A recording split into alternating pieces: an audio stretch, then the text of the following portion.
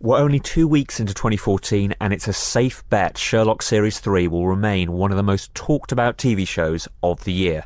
In the run-up to the show's return, which was back in late 2013, we spoke to showrunners, creators and writers Stephen Moffat and Mark Gatiss for the magazine on the set of 221B Baker Street. Also taking the time to talk to set design guru Arwell Wynne-Jones about the props you can see in the famous sitting room. You can hear Arwell's own words clicking on special parts of an expanded 360 panoramic view of the set on empireonline.com itself. The URL you need to type in is empireonline.com/features/Sherlock Apartment. Sherlock Apartment is just one word there. But once all 3 episodes were aired, we felt it was time to speak to Gatiss and Moffat once more about how they felt about the reaction to the new series, what bits were hardest to write, and the reappearance of you-know-who. So, for an hour of insightful chat with 2 of the hardest working folk in British television, pin back your earholes and listen to an hour's worth of interview goodness. But as there are spoilers throughout, be sure that you have actually watched all 3 episodes themselves in advance to listen to the rest of this podcast. So, if you're still with us, that's great news. Just so you know, the interviewers were myself, Ali Plum, and Nick de Semlin. Stephen can be differentiated from Mark because he has a Scottish accent, whereas Mark does not, so that should clear things up. I sound like myself, and Nick sounds like the other guy asking the questions. The game is, well, you know the rest, but here's the podcast. Hope you enjoy it, and I'll be back at the end once it's all over. Now, when I was at the Q&A for the first episode, a few fans were asking questions about Moriarty, and your response was they did not fake suicide at each other. Imagine how stupid you'd feel if they bumped into each other afterwards. And there was lots of laughter. How do you feel having said that? Like, how do you feel having totally pulled the rug out from under people? Is it a joyous feeling, the reaction? Yes. I enjoyed the fact. I thought it was quite a good reply. I thought it made me laugh a lot, the idea of them saying, oh no, both of us, let's do it again. You did that. No, yeah, I did it. Oh, yeah. Having said that, we haven't explained to you the nature of the rug or the pool, so there you go. It's all it's all about the rug. It is. It's actually about the rug. I don't know. I never quite know what people expect of Mark and myself when they ask us about the future of Sherlock. Do they expect us? Look, if I were organising you a surprise party, and which would be in itself a surprise, I suppose, and you asked me, "Are you organising me a surprise party?" I'd say no, because that's kind of what you do. Yeah. When you're doing things like so we either say nothing at all, we literally lock ourselves away, or we're not going to tell you what happens next. Of course. Why would we do that? You wouldn't even like it if we did. You know, I've said this before, the famous Oscar Wilde quote, "The suspense is killing me, I hope it will last." And I think that's the truth of this. It's, you know, hopefully we won't have to wait too long to find out, but we're not going to tell you straight away, and also, where would be the fun in that, really? Yeah. You must be enjoying turning people into paranoid wrecks to an extent.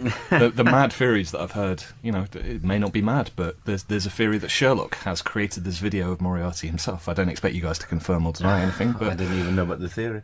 You know, what's exciting about these theories Isn't the fact that we read them because we don't. There are just too many. We'd do no writing if we did all that.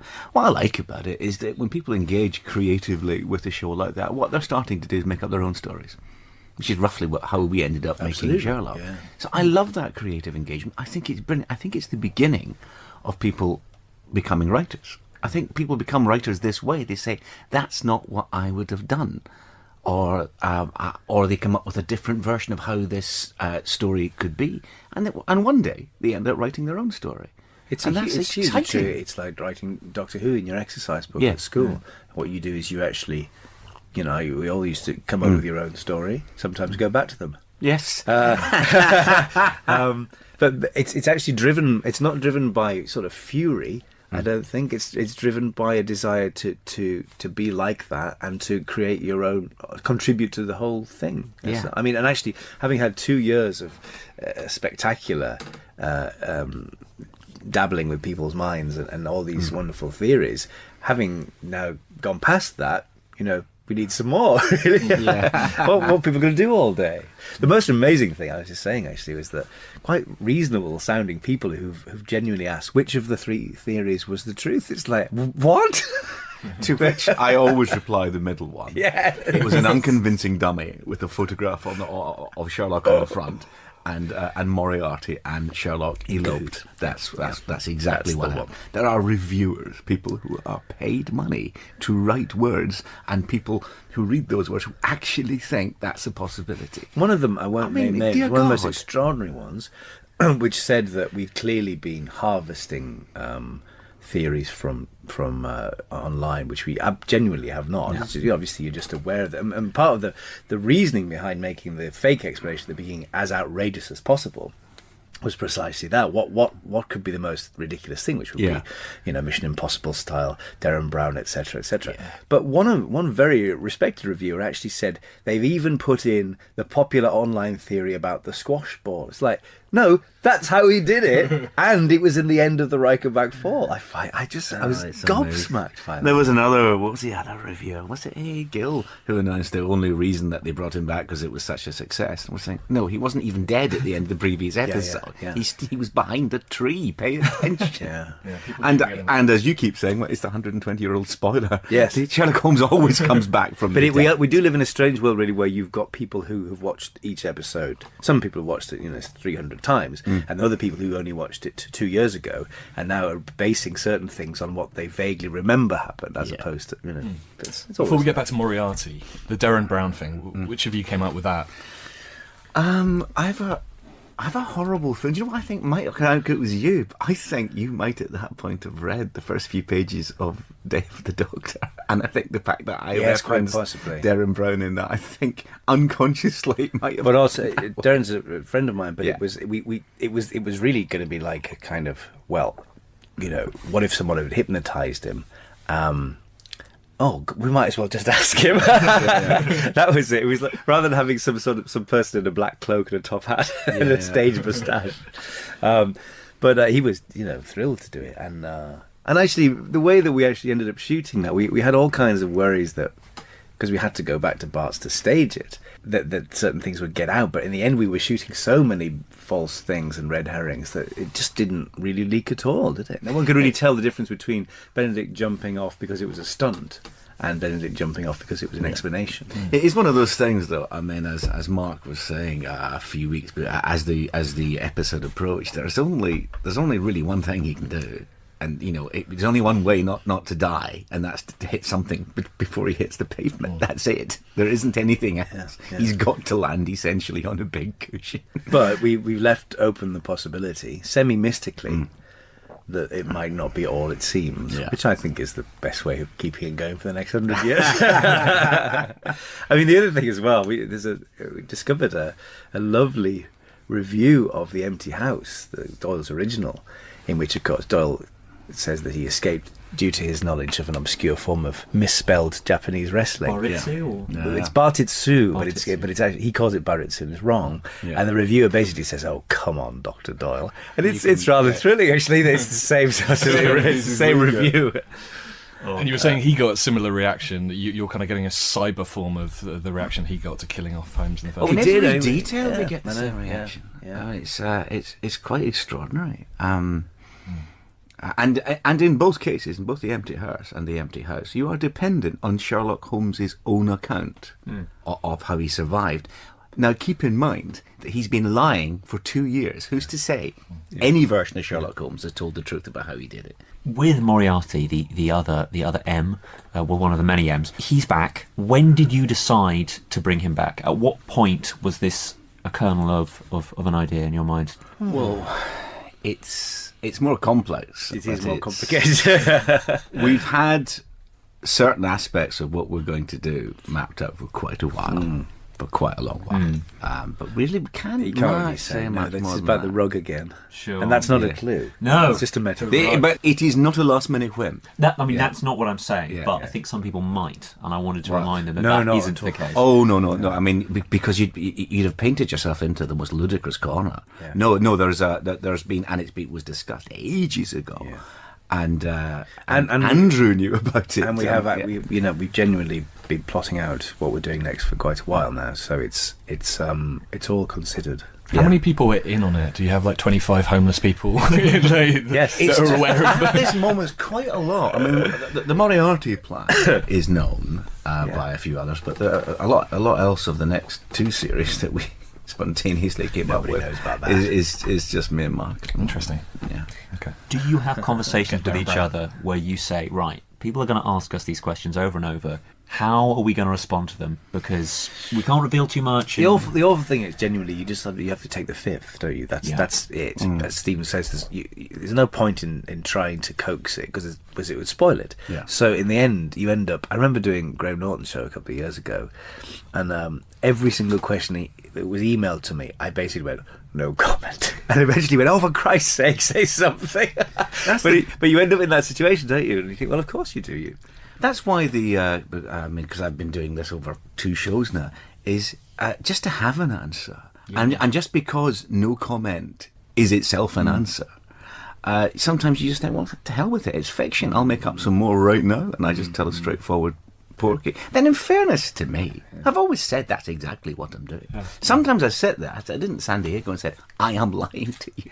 I'm lying to you right now. Why are you trusting what I say when I'm lying? And they still quote me. One of my favourite things is that amazing Orson Welles film, F for Fake. Do you know that? Which is all. Do you know it? It's fantastic. It's all about the history of contracts and at the beginning he says, but I absolutely swear to you for the next 90 minutes, everything I tell you would be absolute and literal truth. And then right towards the end of the film, it spirals into this extraordinary story about this con man you can't believe. And then he just sort of checks his watch and says, my time is up. For the last 10 minutes I've been lying my head off. And it's brilliant. It's really, that's what we sort of do in miniature. Well, let's go to something that we definitely can talk about. The 3 episodes have gone out there. They've been released into the world. Nick and I were talking about how in the previous series, I think it was you said that, Mark, that the most difficult episode was The Hound of the Baskervilles. What was The Hound of the Baskervilles for this season? I don't know if we had. I mean, the thing about Baskerville inherently is if it isn't just a dog, or if you try and keep Sherlock in it, then you've got a problem. That was the reason that Doyle doesn't put him on the moor is that he would solve it instantly. So you in making an early decision to not do that, you have the inherent problem. What the hell is it then? That's why it became kind of intractable. It's a very difficult story. With this, I suppose it's probably episode 2 because we wrote it with Steve Thompson. It was actually it was a very tough one to get right because it was a very big emotional story centering around the best man speech. Also with attendant crimes. It was an early idea, really, wasn't it? That when you tell funny stories, they're actually for Sherlock. They're actually cases, which would be very neat. It wasn't a nightmare. It was more about, and I would say that is the most audacious episode we've done, is to actually have the courage and the faith in the audience, which we have been rewarded for our faith in the audience. Say, no, that's fine. We'll do ages at a wedding before, and it'll be just before Act 3 kicks in. You'll think, oh, hang on, they've duped us. It's not just a wedding. It really is a case. But I think I love doing that. I think that's a brilliant thing to do.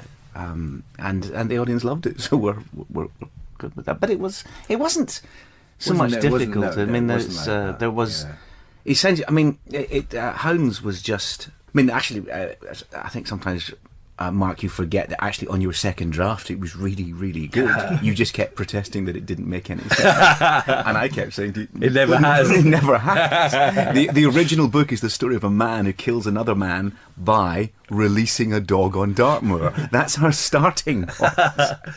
But it was just trying to make sense of it, wasn't it? And I suppose also, which is an unusual thing, really, is it's so famous, that one, that you're definitely wrestling with more familiarity than people have with any other story. I mean, The Empty Hearse is very, very little to do with The Empty House. His Last Vow is actually mostly it's the beginning of The Man with the Twisted Lip, mostly Charles Augustus Milverton, and then a little bit. So it's we glance on certain things, touch on certain things, and then but Hound is the one that everyone knows the best. So it was with Hound you actually had to do certain things. Yeah. You had to go to Dartmoor. It actually had to be Dartmoor that you went to, and there had to be a scary dog, and there had to be a showdown, and there had to be fog. There had to be all those things. Whereas people don't really know the story of His Last Bow or Charles Augustus Milverton. So you it's not that you want to play fast and loose, but you are not obligated to anything. Yeah. And some of the stuff that you're obligated to in Baskerville is mad. It's mad. It's a lovely book, but if Sherlock Holmes had gone with Dr. Watson to Dartmoor, he'd have taken away. Not only would he have solved it, he'd have killed the atmosphere by simply saying, "No, obviously he's not a real ghost dog, is he? He's a man with a big dog." And there's the story gone. You get that in the couple of stories that Holmes narrates himself in the original, which do not have the same thing, because he actually has to hide stuff from you as a narrator, which you never have to have with Watson, and it's just not the same. Yeah. You mentioned Magnuson. I really enjoyed what you did with Milverton, just turning him into a supremely irritating character who has so much power he can do whatever he wants to people. Can you talk about coming up with that character? Was that always the way you were going to go with it? Well, it was part of a bigger discussion, wasn't it, about the shape of the series. That we were doing quite a lot of fun and humour and lightness, and quite a lot of character work on Sherlock, making him Mary, yeah. And then so that we were to get back to the rug, positioning a rug under the audience in order to pull it out. I mean, His Last Vow doesn't work as well unless you've seen those 2 episodes. That's what it's all about. It's about that sucker punch. In terms of the villain, we couldn't do another Moriarty because we'd done it. And he was coming back. And he was coming back if he is coming back. And it was just the kind of interesting thing was the darkness of the fact that in the original story, Charles Augustus Milverton he really hates him, which is unusual. He goes out, he has a little speech about how he looks like a snake, how he makes him ill. Now, Sherlock Holmes, I don't think ever talks about anybody like that. So that's interesting. Sherlock Holmes is getting emotional again, and you're always in trouble when Sherlock Holmes gets emotional. He likes to pretend he never does. The truth is, Sherlock Holmes gets emotional all the time, and it's always bad news for him or somebody else. But there was also, we had a big discussion to me about what kind of a villain he would be, and the brilliant thing about Milverton as a character, and the reason that story is so good, is it's incredibly timeless. In fact, it's timely, really. That sort of person is out there now with his emails and letters. I mean, it's no accident that so much of it is about him owning newspapers, and it's essentially the same thing. So coming up with him as a very different sort of style to Andrew's baddie, and as he says, "I'm not a villain." He actually says it, because villains don't think of themselves as villains. He's just a businessman. It's all about power and money and manipulating people and being able to stick your finger in someone's pasta and then wash your fingers in their glass of water. So that it was, and then getting Lars doing it so it was such an effortless, cool, and on that wonderful sort of blank-eyed thing. It was all came together really nicely. It was that thing we were discussing. Remember you saying, "Is it a problem that he doesn't actually have a plan?" And we sort of talked about it. But he can't really have a plan because he's not a villain. Yeah. He's not that kind of person. He wouldn't have a plan. He's perfectly happy. He just wants to carry on acquiring things. Him sneaking the letters out of his jacket, that was a bit of a plan. He's baiting him to an extent, but it wasn't really, I guess. I think he just plays. I think he doesn't. I mean, he was cute. He wanted to see what would happen if he went to Sherlock Holmes's house. He's a man who thinks he owns everything that he touches and sees and meets. Was curious about Sherlock Holmes. There was a line about that. There was. I've never had a detective before. Yeah. It's like he's collecting them. Yeah. Collecting people. Sorry. Did you have other ways in which you could breach people's personal space that didn't make it into the episode? Yeah, there was actually, an amazing bit one where he took a dump on. It didn't work. That's in Mrs. Hudson's. Is that a genuine thing? No, it's not. I took a dump in Mrs. Hudson's fridge. No, actually, I did have one, and I sometimes wonder about it. Was one time, but then I realised it was Christmas Day, and it made so little sense that when Sherlock and John go to him, he's deciding to go for a swim, so he just takes his clothes off and gets into his Speedos, and so he's so bored of them, so uninterested, so unaware that they're there that he just behaves like that. It would be like a Roman emperor. They just didn't even acknowledge the servants were there. It was they just put their hand out for something. That sort of just completely a sense of entitlement, which is and he's justified. He's right. It's what brings him down. Of course, it simply doesn't occur to him that Sherlock Holmes might just shoot him. He hasn't factored that in. He doesn't think people can do that. Was the flicking scene a difficult one to shoot in terms of people laughing? Oh no, it was it was quite a tough day, that wasn't it? Because we had the helicopters and everything, and we ran out of time for interiors and stuff. But it was more about actually Lars and Martin working out where he could flick him without it becoming genuinely both painful and very annoying. You see, I find that scene quite horrifiit. Yeah. It's unpleasant to watch, actually. Yeah. This is a strange thing to say. When I was a kid, there was a character in Grange Hill called Imelda. Do you remember her? Pretty well. She was a bully. And I used to get irrationally enraged by her bullying in Grey. I used to sort of scream at her. I used to shake my fist at the screen. And to me, it's got that sort of quality to it. It's hateful to see it. Yeah. And you know that he can just carry on. And when he says, which I think is a wonderful line, he says, "This is what I do to countries." It's completely true. Just like sticking a stick into a bee's nest. That's exactly what Mycroft says. He's not doing very much harm. You know, he's just doing that because it amuses him. Yeah. And somehow this just it just gets on Sherlock's tits so badly he kills him. You know, which I think is just another interesting facet of that strange dark man in Baker Street. I think for this, you talked about the second episode being the most bold, and I think what you persuaded me, you're right, it is the most bold in terms of character development over, case.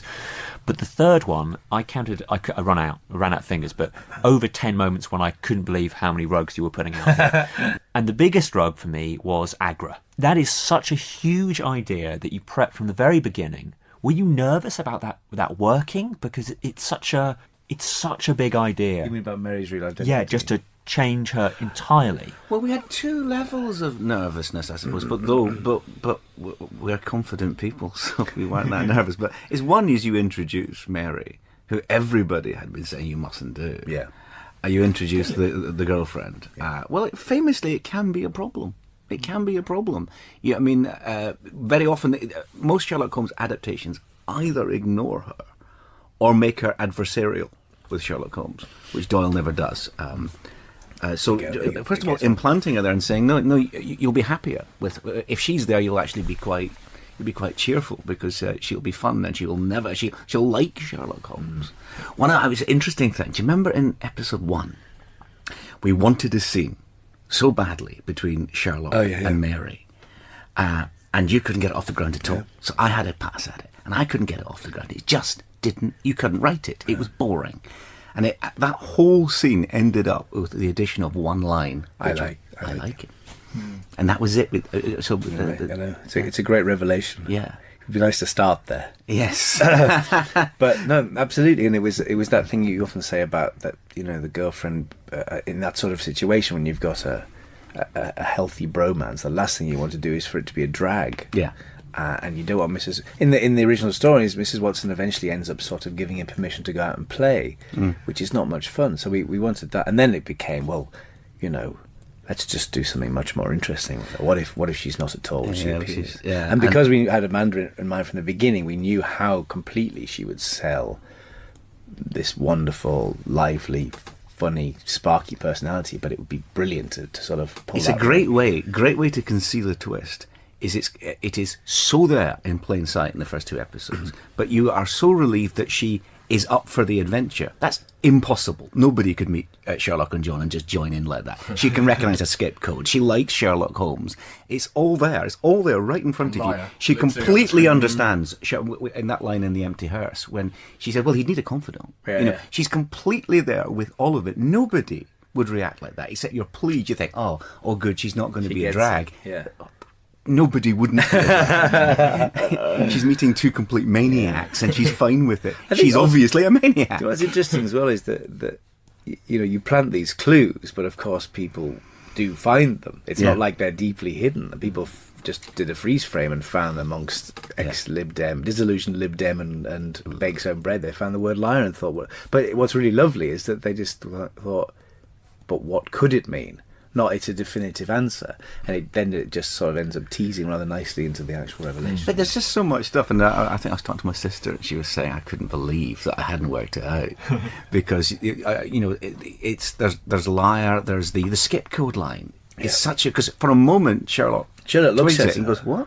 Yeah, but and then you ignore it. Yeah. And then there's a really plonked in bit in The Sign of Three. I have no friends. I'm an orphan. Yeah. There it is. Boom.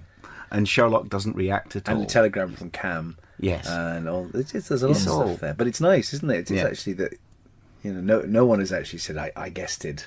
I called it. But the audience miss it for the same reason that Sherlock Holmes misses it. They like her. Yeah. And because they like her, emotion does get in the way. It is grit in the instrument. You don't want to believe That's that's actually, true. I think about that's something we talked about from very early on, was that because they would get on so well, it would actually sort of blindside Sherlock. And in his affection for her, certain things which might have just leapt out at him, he simply screens out. He doesn't see them. We did have a question tweeted in. How did Mary get into Magnuson's office? We actually did do that. We had all sorts of acrobatics, didn't we? And he actually at one point goes over and finds the window open and all that. But it was just boring, so we didn't have. She got in ingeniously. She broke in. She's a highly trained intelligence agent. Who's doing a much better job of breaking in than John and Sherlock are. And if you actually think this through, which of course I have, is suppose Sherlock hadn't blundered his way in that night. She'd just have shot Magnuson, gone back to being Mrs. Watson, and not only that, they'd have carried on solving crimes together with this lethal killer nurse wandering along behind them, picking off anyone who might put them in danger. That would have been the show. The thing that is intriguing now, though, is that after their reunion, which I think that Martin and Amanda's reunion scene is extraordinary. It's so beautiful and moving. But of course, she is still what she is. But that's we've got such a strangely dysfunctional group of people that they all just kind of Sherlock says, "I know you shot me, but you also saved my life, so thank you." It's so strange, but it's actually that they've come together as a new kind of unit, really. Yeah. Not that unit of Doctor Who. There's no crossover. No, that would be mind-blowing. I've got to ask you about other crossovers, and the crossover I'm alluding to is 007. There were so many enjoyable... spotted. How did I find that one out? 007 references, obviously in the first episode and in the final episode. You're a big Bond fan, I know, Mark. We both are. Huge. How enjoyable was it to put those in? Because some of them are reasonably subtle. Do you mean like the Blunt instrument. in episode 1? Do you mean the Skyfall shot? Skyfall shots. That was honestly just. I mean, that was Jeremy, the director's decision. We wanted a shot over London. It's not exactly the same place. It is a little close. You should have panned across and Daniel Craig. He just goes, "Morning." Yeah. I mean, I obviously went overboard, but I thought Mrs. Hutton Live and Let Live was enough to get me going, right, well, that's... You're going overboard. I'm going I thought there was a bit of Die Another Day with the bedraggled Benedict at the beginning of... tortured and did. I'm sure we're reading into stuff. There's a history of bedraggled. Blunt instrument. Blunt instrument is definite. That's deliberate. That's Your colleague, is that Mycroft's colleague references? Mycroft's colleague is there for M. So the other M. Yeah. So many around. Yes, and the other question I wanted to ask you about was tubes. I wanted to ask whether Gill Sans is a font that's associated with, obviously, the Tube and Sherlock. Was that an intentional thing? No, I mean, I've always wanted to do... I love the Tube, but the reason that Bruce Partington Plans is one of my favourite stories, which is in Series 1. From the get-go, I said, this is going to be on the Tube. I love Lost Tube Stations. So I'm just obsessed with them. And it's all from the Web of Fear, I'm sure, just now. It's all come true. All my dreams have come true. But... The font is not no, that was a design decision. It wasn't so much about that. No. It's interesting because it was when you were in investigating the Tube, you discovered about Leinster Gardens, Yes, which we tried very hard to get get into into episode 1. episode 1, and then had a short flailing period where we tried to get it into episode 2 before we finally managed to get it into episode 3, because I think it's the single most exciting thing in it's the the world. coolest thing in the world, and I love the idea that people are now going to go there. And a friend of mine rang me the other night and said, I lived on that road. I never knew.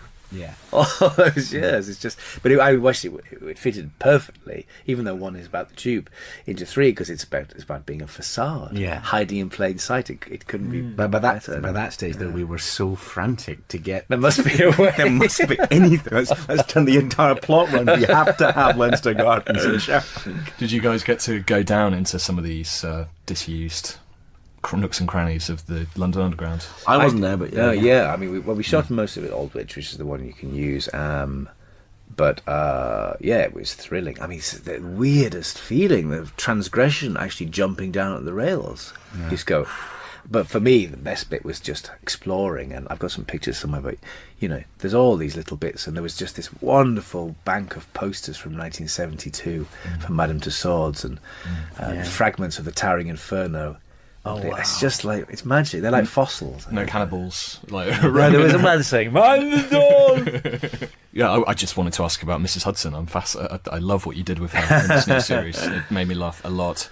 Well, obviously, it starts in episode 1 of the first series that Sherlock has ensured her husband's execution in Florida. So we just extrapolated it from there. He's got this weakness, marijuana. Yeah, well, that's for a hit. That's for series 1 too. That's for a herbal. Herbal remedies for a hit. Remedies. Yes. And I think she might have been told it's something else. I think the herbal soothers, that's what they were. I think it's interesting with Mrs. Hudson. There's a whole interesting thing to be said about the female characters in this, actually, because I almost forget now that Mrs. Hudson isn't really a character in Sherlock Holmes at all. She doesn't say anything, I think. Maybe in The Dying Detective, I think she's allowed to utter a line. She doesn't speak. So Mrs. Hudson is really our creation. Or rather, it's Stubbs. You've got Stubbs there, so you've just got to give her stuff to do because she's brilliant, and it's become more and more baroque. And but it's a lovely thing because over the years, Mrs. Hudson has been, in the Rathbone films, there's an actress called Mary Gordon, who's like little Mrs. Pepper Pot, and that's the sort of traditional version. But there isn't really an interior life. There's just the odd, "Oh, my shells, Mr. Holmes." Or actually, Irene Handel in she's good, Private Life is wonderful. We nick one of her lines. Yes. There's a crying need for that. And we will nick many more. Yes. But Una's just a national treasure and brings so much to it, such style and fun, and it's lovely to actually you don't have to do much, but just to sort of slightly spread it out. Her relationship with Frank was purely physical, and Martin doesn't want to hear anymore. No, and he's already feeling ill. No, I loved it. My favourite was I just did the typing. I can't tell she was doing the admin. But in my head now, there's this sort of Michael Mann version of her life in some sweaty Florida key in the mid-70s. And it comes down to really what Sherlock Holmes says in that scene: is we all like each other. We're all a team. We're all the same kind of people. Right, we've all chosen each other. I mean, Mrs. Hudson wasn't like this. She wasn't like that. She wouldn't put up with Sherlock Holmes upstairs. Of course she's like that. They all have to be like that. They're all maniacs. I did start wondering how many YouTube hits her exotic dancing was inspired as well. I'm sure you can find some from stuff. Yeah. But I guess a tricky kind of balancing act you guys have with the series is how much to humanise Sherlock, and this series brought him out of his shell more than we had seen before. But the interesting thing about Sherlock Holmes is he's entirely human. He's not a little bit human, he's completely human. He's taken a decision, which is a frightening one, to suppress his humanity, to be a better detective. Now that's what he says in the stories. He says it's emotion. He doesn't say he doesn't have emotions. He says they get in the way. Sure. So he frequently says things, if I had a daughter, if I were to be married. There's nothing that suggests he can't do it, and we've really elaborated on that with Mycroft saying caring is not an advantage. Yeah. It's the mantra that they've developed between them, really, in a way. But what's really exciting is that behind it there's this massive floodgate of potential emotion. As Steve says, when you get frequently in the original stories, he's furious at some miscreant who's treated someone badly, and particularly if someone treats a woman badly, he goes quite ballistic. There's what is it, Case of Identity, where he grabs a writing crop to beat someone up because he's just so outraged at their behaviour. On the Baker Street Jubilee line, you see this picture of with a riding crop. Yeah. And then also, and then famously, at the end of The Blue Carbuncle, he lets the criminal go. He does that a couple of times. He just goes, "Get out." And he's so joyous when Sir Henry Baskerville isn't dead in the hand. And actually, Watson says it's a flash of lightning on a darkling plain when you see just how much passion is behind those. But having said that, we made a conscious decision this year that, in many ways, episode 1 as Doyle knew, is all about him coming back. The plot is completely in the service of the reunion and its repercussions for us. That's all it was about. But it's consciously lighter. Episode 2 is also a lot of fun, although it's very emotional. But we definitely and genuinely thought we're going to convince people that he's almost going soft because we know what's coming, and that was a completely conscious thing. And I think as we've always said, what Dr. Watson does is round his edges off. He definitely is a different man by the end of the original stories to when we first met him. But he's never going to be the same as us. But you have to go somewhere. In the third series, you want to have proper progress. And then I think what is properly thrilling and rug pulling is that you realise that he may have made some progress. But it's also that got me completely. it's our sentimental assumption that Sherlock Holmes having an emotional life makes him nicer. It doesn't. It makes him he's just as frightening. He works out that the only way to stop Magsden is to shoot him in the face. So he does. Most people can't do that. Most people wouldn't just think, oh, bang. He's in a good cause, he'll break someone's heart. He'll just do that as he does with Janine.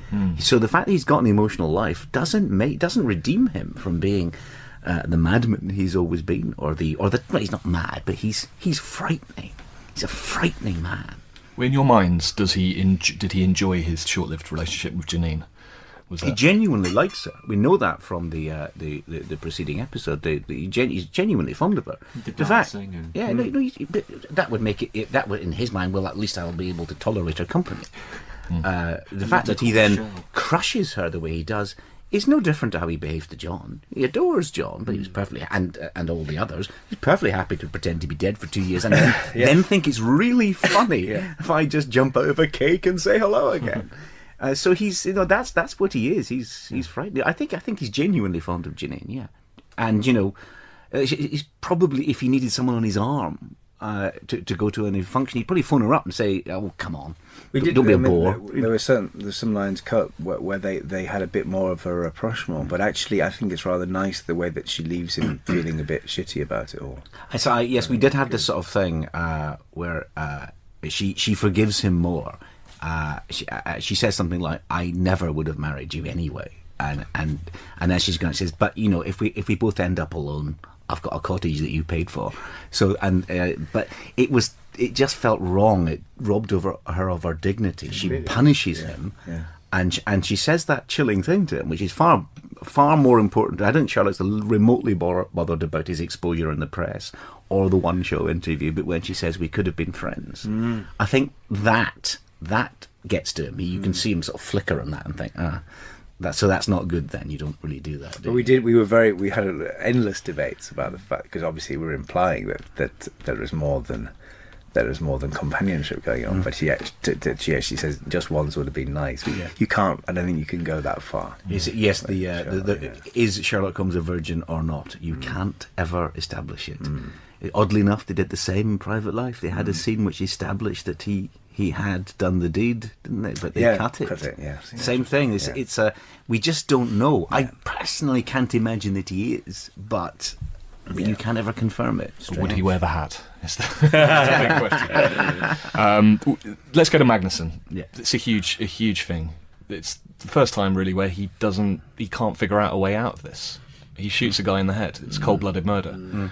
Was that a hard thing for you guys to put down on paper? I imagine there was a lot of debate about that. It was, again, one of the first ideas. Yeah, I mean, it's it's a heightened world. I remember getting a lot of, well, not from one particular person, a lot of grief on the first series about the fact that the guns were used so freely. It's like, this is not the world we live in. Because no, it's not. It's Sherlock Holmes. There's a 7'2" assassin called the Golem in episode 3 of the first series. This is not the world we live in. He's quite an obvious assassin to have hanging around. So there's that. But it's not a world without consequence, clearly. But you have to believe that Sherlock can do that as an ultimate sanction, and that even though there is a huge engine then put in place to get him out of the way because he's killed a public figure, that it's not the same. You don't want to get bogged down in some dreary procedural about it all. It's got a sort of operatic quality to it, which is what makes that ending, I think, very powerful. It's also, it was partly because if you read Charles Augustus Milverton, Doyle is a much cleverer writer than he's generally given credit for. I think Dr. Watson, in the opening paragraph, tells you that he's about to tell you a porky. He's about to tell you, like he says, I even now must be very reticent and different. I think what really happened, and what Doyle is hinting at you, what really happened is Sherlock Holmes and Dr. Watson sat in Baker Street and said, we're going to have to go and kill him, aren't we? That's the only way we can do this. So they break in, kill him, and then Dr. Watson writes it up as if, when suspicion starts accumulating, he writes up a version of the story that is the murder. It's a wonderful story, but it has a curious ending, as many of them do, probably just because Doyle was writing it quickly and left the room. But there is a character set up at the beginning who has been wronged. Yeah. And she should be the one who comes and it isn't. It's a random someone else who just they're hiding in their burglar masks behind the curtain, and this random woman comes and shoots Milverton in the face and then grinds her heel into his face. And it's odd, isn't it? But I mean, so really, it's just an extrapolation to say, well, he probably did, I think. Well, we sort of have that moment twice. We have the woman break in, but it turns out to be someone you know, and then we have the actual moment of the shooting, which I think is what really happens. Is, of course, Sherlock Holmes offs him, and if Sherlock Holmes decided that somebody should die, he would kill them. I don't think I have any problem with that. He would be quite rational and quite cold about it. And actually, going back to the whole reptile house shark tank thing, I think he regards Milverton as a sort of plague, something that should be eradicated. You, in the first and second episodes, I felt from the first one, you kind of take the mick out of the Mind Palace. There's a certain joke, obviously, with a bomb that, I don't have everything in here. And in the second one, he can't remember the number for the room, and then, up comes Mary, and it's 207 or whatever. I have got to congratulate you on doing those two things, and then in the third one going, oh yeah, Mind Palaces. This one's the mother load. Here's the biggest one you'll ever see. This is bigger than Dan Brown's could possibly be. It was more about implanting it. Yes. It was more. I mean, because we knew where we were going. We knew that all of Magnus's information would be in a huge mind palace. So, but how do we tell people what a mind palace is? Okay. So in the first episode, you get the reference to it, and it's the fun one. It's that because one of the most quoted lines, and one of my favourites, is in Hounds, where it says about I'm going to my mind palace, and she's, but why is it a palace? It would be. I adore that exchange. Then we remind you of it in the first one. In the second one, we get a proper scene in it. And you say, yes, you can actually walk into a room and talk to people and think, oh, so now you've got that secure. And now then in the third one, you have the whole sequence where he's shot, which is just to remind you, look, that you can have mind palaces and they can have lots of rooms, and it's really, really important. And there's Redbeard. And all the Moriarty. information. And then you say, so an idea that a few weeks ago you had never heard of becomes, why didn't I see that coming? But also, back to Doyle, it's even though when I first came across it in Hannibal, in the Thomas Harris book, me too. And the idea of it is so thrilling. But in a way, it's an extrapolation from Doyle from Sherlock's quote about a man's mind is like a lumber room, and it doesn't have elastic walls. There comes a point where for everything you put in, you have to delete something, and that became in the first series. Comparing it to a hard drive, and really that's what it is. So he does have to remove certain things, but yes, obviously for our sake, it has to be quite a big place. Magnuson's got a lot of porn preferences stashed away. I remember that discussion. There was your very early idea was that we see Magnuson going down into this strange vault, and then the big rug moment is that, of course, we've just been fooled. Yeah. It's not a real place at all. Touching on that vault, when we see at the end of the first episode, and this is possibly showing my ignorance, we see Magnuson watching Sven-Goran Eriksson, like, to see the glasses, the bonfire. Yeah. Did he set up the bonfire? Was he behind all that? Yeah. So he's not a criminal, but he's okay with... Yeah, but he does say in his last vow, he says he does very bad things, but he said, I had people standing by, I'm not a murderer. There was never any danger to you. And What he says, I'm not a murderer. He was testing product. Which way he gives his 5 more minutes. Yeah, and he gives Sherlock. That's Sherlock's pressure point. Yeah. Is John Watson. Yeah. So it's just an experiment, isn't it? What'll happen? It's a lab rat experiment. He's petri dish. Lab rat of Sumatra, Yeah, the lab rat of Sumatra. Have we seen Mycroft's Mind Palace yet? It's all Mycroft's man. This is the whole show. whole thing. He's in a coma. It's dangerously close to the truth. There's a snow globe that just comes out. No, we haven't. I think I'd be reluctant. Does he even have one? Does The thing is, Mycroft you know, need one? The thing is, the great joke I think about Mycroft from the beginning is that he's smarter than Sherlock. Showing that is very tough because the deductions are in any case very tough. The best way to do it is very lightly. Again, first series when he says, was that why you spent the night on the Lilo? And he goes, sofa, Sherlock. There's absolutely no way. But you just do it like that because actually it's even harder. So I think to go bigger is somehow a bit reductive, oddly enough. There, I think you'd probably till we do it. But also, I remember putting the line in this ridiculous memory palace of yours. It almost implies that Mycroft just says, "Why don't you just remember it? Yeah. Why don't you just doesn't keep get it?" stuff around looking. Well, again, that's the same function, isn't Yeah. it? It's like saying, I don't need one. We asked some of our readers on Twitter to send in questions. I think one of the most popular ones was the third Holmes brother, which you guys alluded to. Oh, we alluded to this. The other one. Now, you're not going to be able to really answer this. We're I actually guess. referring to the very obscure Richard Breyer's Michael Gambon sitcom of that name from the late 70s. I remember the other Yeah. one. It's very good. Strange show. It was very strange. It was funny, though. Yeah. The first time I ever saw Michael Gambon. Yeah. There we are. Well, there you go. And who can say whether that's an idea or just yet another of our throwaway bits of mischief? Maybe the thread of a rug. Yes, it could. More rugs. Rugs in the carpet warehouse. Yeah. Yeah, I've heard another mad theory that it's Moriarty, but anyway, we won't get into all that. I guess Moriarty. there's more there's more fan theories for the show than any show out there, isn't But there? it's fun, isn't it? It's fun. I know, Yeah. Stephen, Yeah, you it's fun. you talked at the BAFTA screening recently about how you don't like going online and looking at what people are saying. But Well, because one, I think we have to be pure and write the show kind of for ourselves, which is really what we do.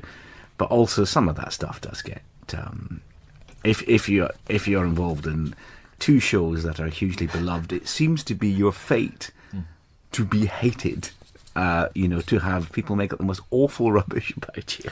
Also, it's what your grandma used to say: if you don't listen at the door if you don't want to hear anything bad about yourself, and if you can resist that temptation, then you're absolutely fine. Just don't do it because Eavesdroppers hear no know, good of themselves. you will not hear. You'll just and it's a bit like reading reviews. Actually, somehow your stupid self-destructive instinct is to go yes, superlative 5 stars.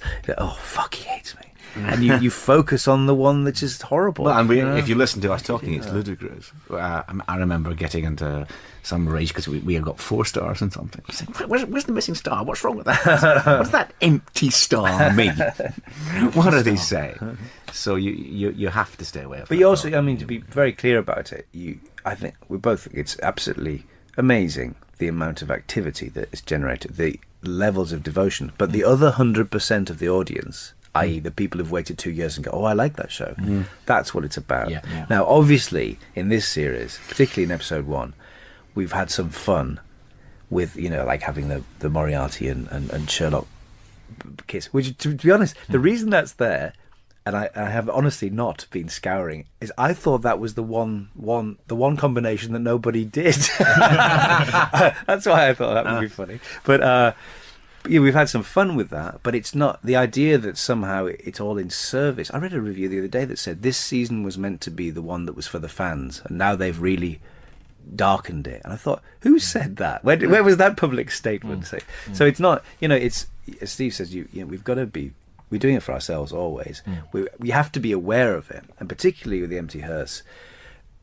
When we worked out how he did it, we had no idea it was going to become such a vast talking point, and that absolutely meant that when we came to the solution, we had to acknowledge the fact that it would become a huge talking point. Hence the fake theories, because we're playing again, not playing with the expectations of a tiny minority. We are playing with the expectations of 10 million people who were all desperate to know. So it would be very different if it was focused on some minority of hardcore fans, but everybody wanted to know. So that's what it was for.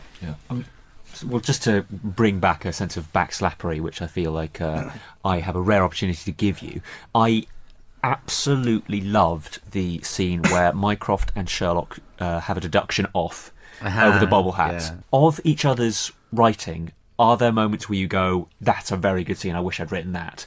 Is there a little bit of that? And how does it work in terms of you giving each other passes of each other's work, where you read a scene and go, how about we do this? Does it work like that? Or Well, we've always it's very collaborative. It always has been, because it's our show. It's It becomes very hard to remember. Yeah, it does. It all gets interwoven. Well,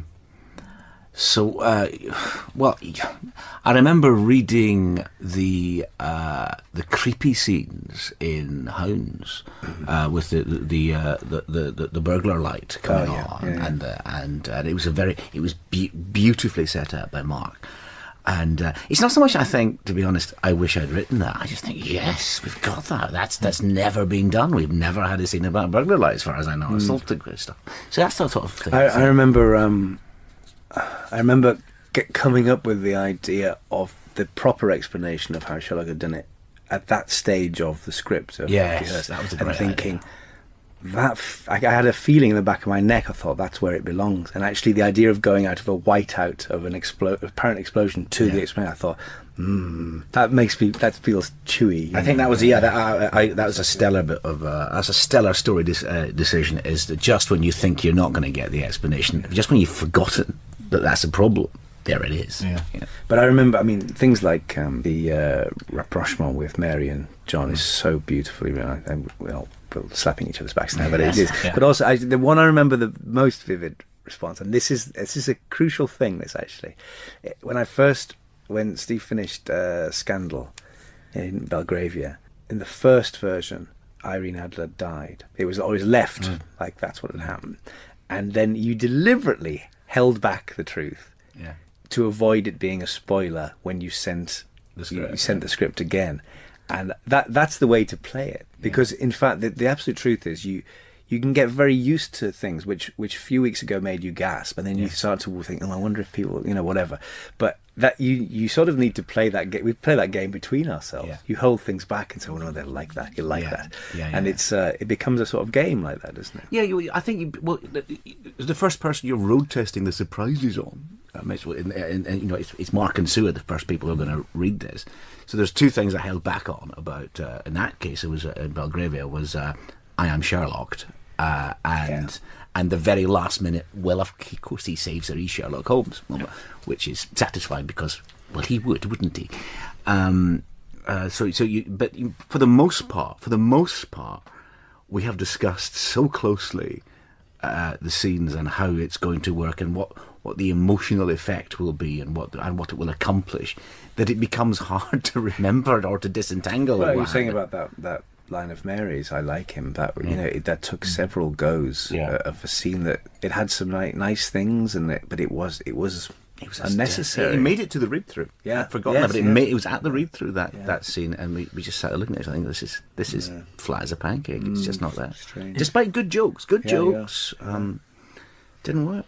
One tiny moment that really impressed me was the fur cough. Was that you? I'm afraid. Bravo.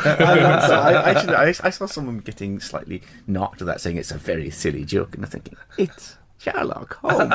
Come on, but it was. I love that. I love the whole like a scene naked gun, and the finger and all that. It's brilliant. I love the all double thumbs up from Mary when she's There's that. Well, that's a beautiful scene. I think when that's when they're both independently thinking that they're running each other, and she's actually running them. I think that's lovely. And her blouse had thumbs up and thumbs down on them, and I don't know whether that's intentional or not, but not intentional on our part. She's got Facebook likes up and down on the top. Yeah. And she goes, I didn't know that. And I just went, what? This is another level. There's so many things like that you know. Production design sinks in. And also people will write dissertations about them, and you go, I didn't know idea. But it might have been somebody else's deliberation. Because at the moment, Jenna Coleman's playing scenes with Peter Capaldi, and she's wearing this top that's covered in bow ties, which is. Just a couple of final things to make this properly exhaustive. Redbeard, you tweeted Redbeard. People went mental. Is there more to that coming, or is it? You've seen it, really? So actually, to be honest, I put that into the first draft of episode 2, and actually explained it, that the reason that Sherlock was behaving like a child is because he'd once upon a time fallen for that story, you know, that like your bunny rabbit has gone to live on a farm somewhere, and then we thought, no, well, let's hold it back because you can tease it a bit, and we were genuinely thought we can keep this running for years, but then actually it's nice to resolve it, because there's so much that's unresolved. It's quite nice to just So that's the truth is that when he was little, and obviously Mycroft tormented him about it, is that his dog died, and he totally fell for the idea that Redbeard had gone to live in a happy valley somewhere. Oh, that's quite moving. And young Sherlock, obviously played by your son, very well. Yeah, that's how we kept that secret successful, didn't we? Yes. Well, that was a strange one, I have to say, because my little boy is actually very good, and he was in school shows and something, and he kept saying to me, "Can I ever be in these things?" And I'm saying, "No, you can't. You absolutely can't." So we did get to a situation where we said, "Okay, you can audition for this one, but your mother and I will not be involved in the decision." Yeah, you step back completely. And we said to everybody, because we have mixed feelings about sending a child into the acting profession, and we said. And we told everyone else, you choose the one you like best, and not be a vote, and we are not voting. So he got the part legitimately. He did actually get it. He's very good at it. And I remember telling him, and he said, "You are the worst dad." And I said that I'm not. I think the chances are you've got like a 1 in 5 chance. The chances are you won't get it, and I'm not going to help you.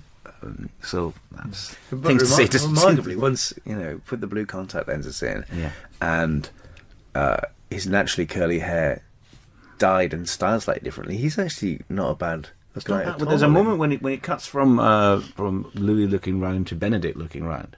It's really completely believable that that's the same person. And he gets a mini coat, a mini. We didn't go as far as that. We just ran himself. We'll shortly have that problem like with little Amelia Pond think, it might be nice to do a little bit more, and then you realise that actually suddenly he's 6'3", and everything has changed. In my head, watching him, I just went, I suddenly want to know exactly what it was like to be a school child Sherlock Holmes. More than that, what it would have been like to be one of his school friends in a classroom where he is being him. I think it would just be that's the CBeebies version, isn't it? And what it will be is Louis as young Sherlock Holmes, but just Mark as Mycroft, exactly the same, telling no him off different in a school uniform. No. I mean, we've been bold, as you know, bold this year, and we've brought the parents in, things like that have never really been done, because it's. I suppose we feel confident it's our version, and people are like that. I was thinking about this. It's a function of the updating. You look at the Victorian Sherlock Holmes, you have no expectation of him having a relationship with his parents. You wouldn't even think about it. But in the modern world, a man in his 30s, living in London, living in a much smaller world where he can get everywhere, he's going to know his parents. He just is. They're going to visit.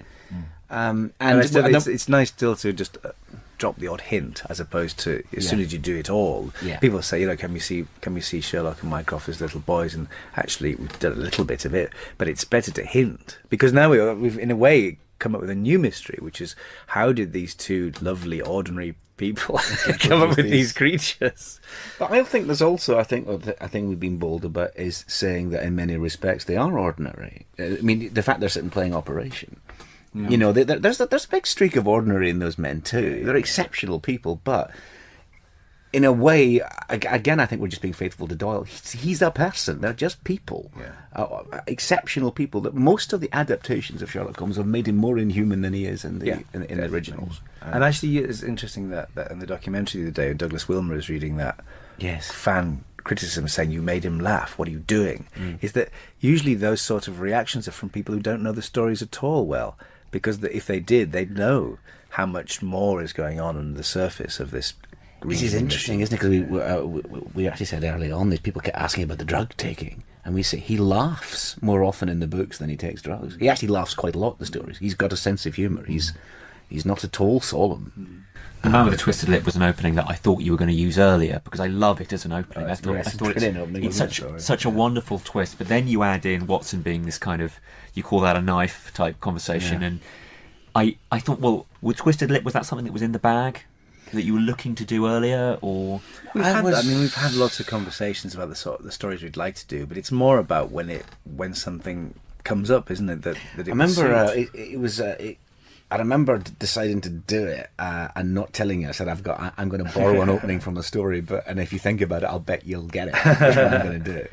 Because I remember the same moment in Hounds, where we were just the beginning of that, I think, utterly brilliant client scene, I have to say. But was when you came up with the idea, let's just borrow Black Peter yes. and have him come through the door, and it so lifts the beginning of that. I was scene. on a train, as we always are, Yeah. and it just needed a lift, and I just read Black Peter on the train, and it's a story that's never done. It's quite straightforward, but it has this amazing, arresting image of him coming back with a harpoon covered in pig's blood. It's like, well, hello. We've got to let you guys go to stitch some new rugs. Okay. Just as a final thing, seasons 4 and 5, or series 4 and 5 to do the British version, have been announced now. In a manner of speaking. Well, we've said that we've got ideas from. It's not exactly the same things announced. Well- Look, I mean, so long as Benedict and Martin want to do this to BBC, and given that it's it's the third series is outrated the first two, which is an extraordinary sentence because that doesn't happen in television. It always goes the other way. Of course, the BBC will keep wanting to do more Sherlocks. I think, was it Ben Stevenson said the other day, it's commissioned for the next 50 years or something. Of course it will be. We've quoted him. It's just, but we've got to, we've got schedules to arrange and all that. But Frankly, starvation works. So. Yes, everyone's very keen, and we don't. But it's a fascinating prospect. Is where we might take it next. But it is genuinely very difficult, and that's not for want of trying to get everyone together for.